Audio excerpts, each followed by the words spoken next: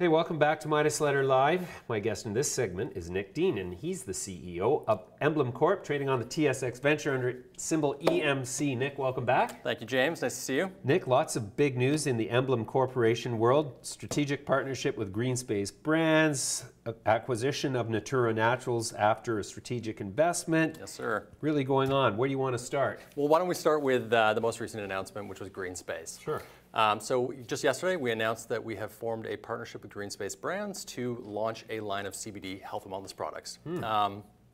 I've known Matt Von Teichman for a number of years, and him and I have actually been talking about the opportunity to partner up to create a line of these CBD-based health and beauty products. Okay. And over the course of that discussions, we ended up netting out on this strategy.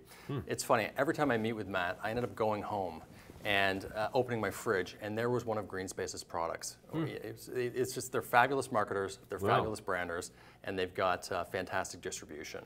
Really? Okay, so are these products currently available under the current regime being CBD products? So what we're planning on doing actually is creating a net new line of products and a net new line of brands. Okay. So we're going to be doing a line of hemp seed gel caps that we'll be selling through Matt's existing retail channels, such as some of the major retailers, grocery stores, natural health food stores, and pharmacy.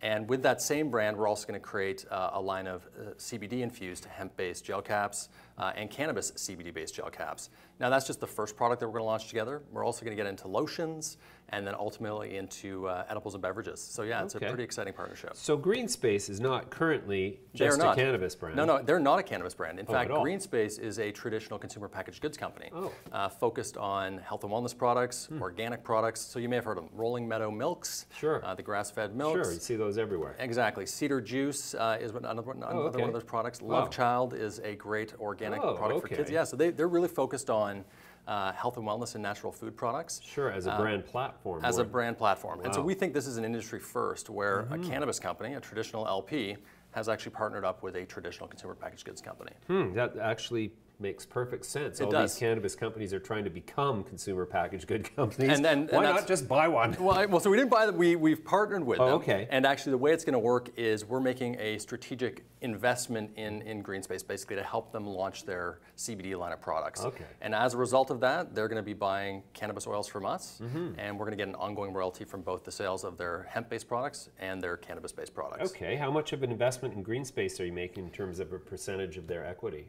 So I think their market cap right now is between $65 and $70 million, and we're putting $2 million in.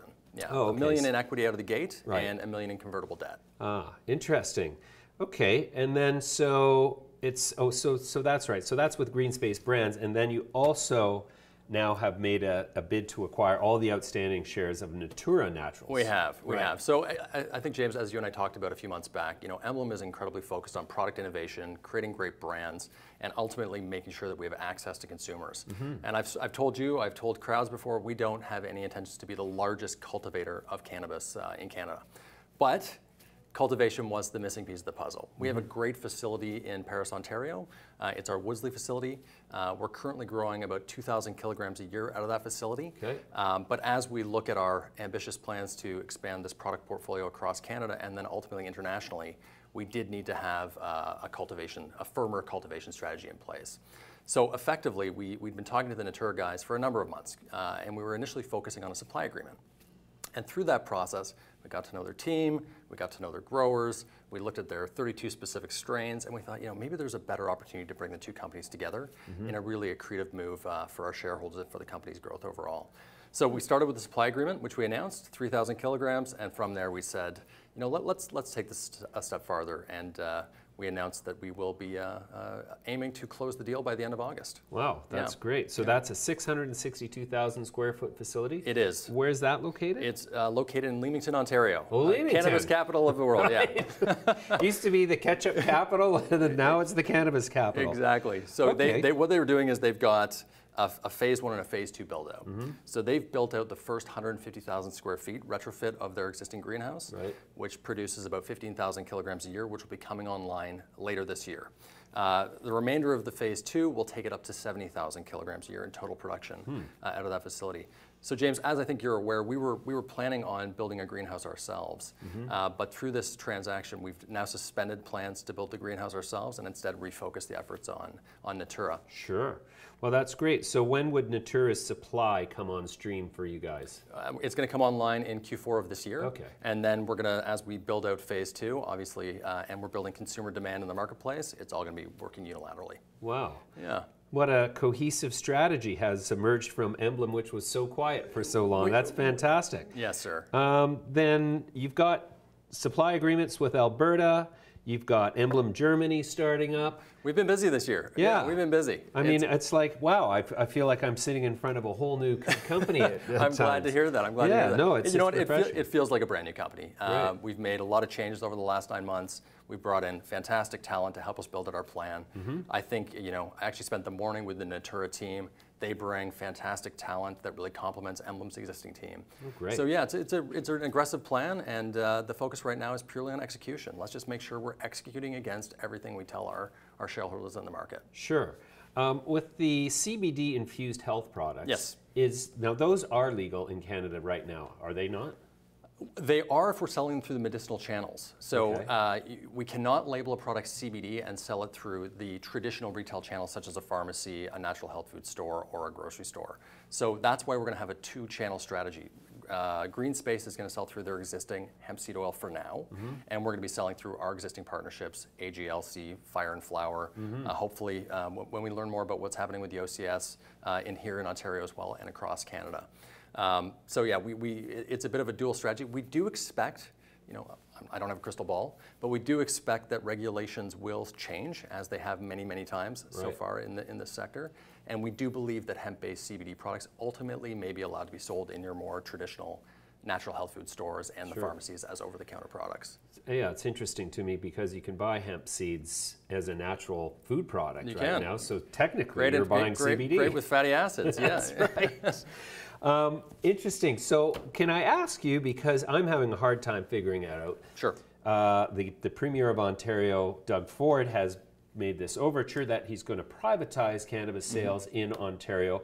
But has that derailed the process of onboarding cannabis sales for September, or rather October 17th, through the LCBO system? It hasn't as of yet. So we are still, and I believe a number of LPs are in active dialogue with the OCS, and we're committed to partnering with them, whether it's a public model, a public-private model, a private model. Right. I think the goal here is to make sure that we're getting high-quality cannabis products in the hands of Ontarians, and starting to push away the opportunities with the black market. So bring that more online to make people have safe and accessible access to products. So we're happy to work with the OCS in whatever format.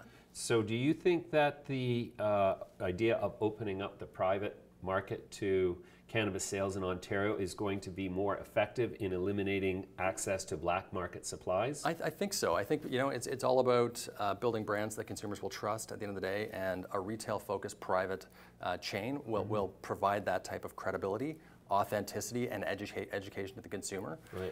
So I do believe, this is going to create a free market system, and I think it's going to create safer access to the cannabis products, high quality cannabis products that Ontarians demand. So then, in the context of an investor looking forward at all your development plans, what's the financial condition of the company in terms of cash on hand versus what your CapEx requirements and OpEx requirements are going forward? Yeah, so right now Emblem's still got a healthy balance sheet. We've got about $70 million on hand. Now, we are making these acquisitions, and we are going to be using a significant amount of that cash through the transactions themselves.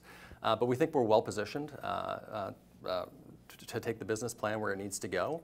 And then ultimately our cash flow from sales will start to support the business's growth as we move forward. So we feel we're really well positioned to execute against the plans that we have in front of us. So at this point, no plan to tap capital markets? Not, I'll never say never, but at this point, likely not. We're going to be leveraging the cash that we have on hand. Well, that's great. Then tell me about what's going on in Germany then. So we also recently announced an LOI with a group called Akros Pharma, a great group of pharmacists that are actually selling product already in the German market. They've got a great wholesale distribution network where they have access to about 20,000 of the pharmacies in Germany. So the joint venture structure is 60-40 in favor of Emblem, and essentially they're going to be a sales and distribution channel for us, but under the brand name of Emblem Germany. Fantastic. So Germany is still strictly medical. Correct. And do they have plans to move towards recreational as well, or are they just sort of in a wait and see? I think it's probably a wait and see at this time. Our focus with our international expansion efforts is medical only. So, Germany is the first entry point for us into international markets. We're going to be looking at the UK, we're going to be looking at Australia, we're going to be looking at Italy, you name it.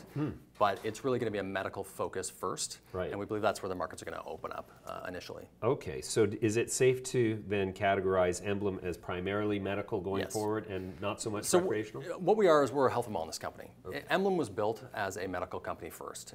We've got just over 4,000 patients now and a great line of innovative medical products that we're selling to our existing patients. Right. That is the strategy. We expect medical will make up around probably 65 to 70% of our ongoing revenue, given that internationally that's where the market really does open up. In the adult use space, we will be selling as a health and wellness brand, which ties so nicely to our recent partnership with GreenSpace Brands as health and wellness products. Wow. Interesting. So how will Emblem get around, and I mean, this is a question I ask everybody, how are you going to get around the restrictions on marketing and advertising? Very creatively, yes. By coming on the show more often. Exactly. By wearing my t-shirt, which I'm not wearing today. No, I do think there's a lot of opportunities still to create brand awareness.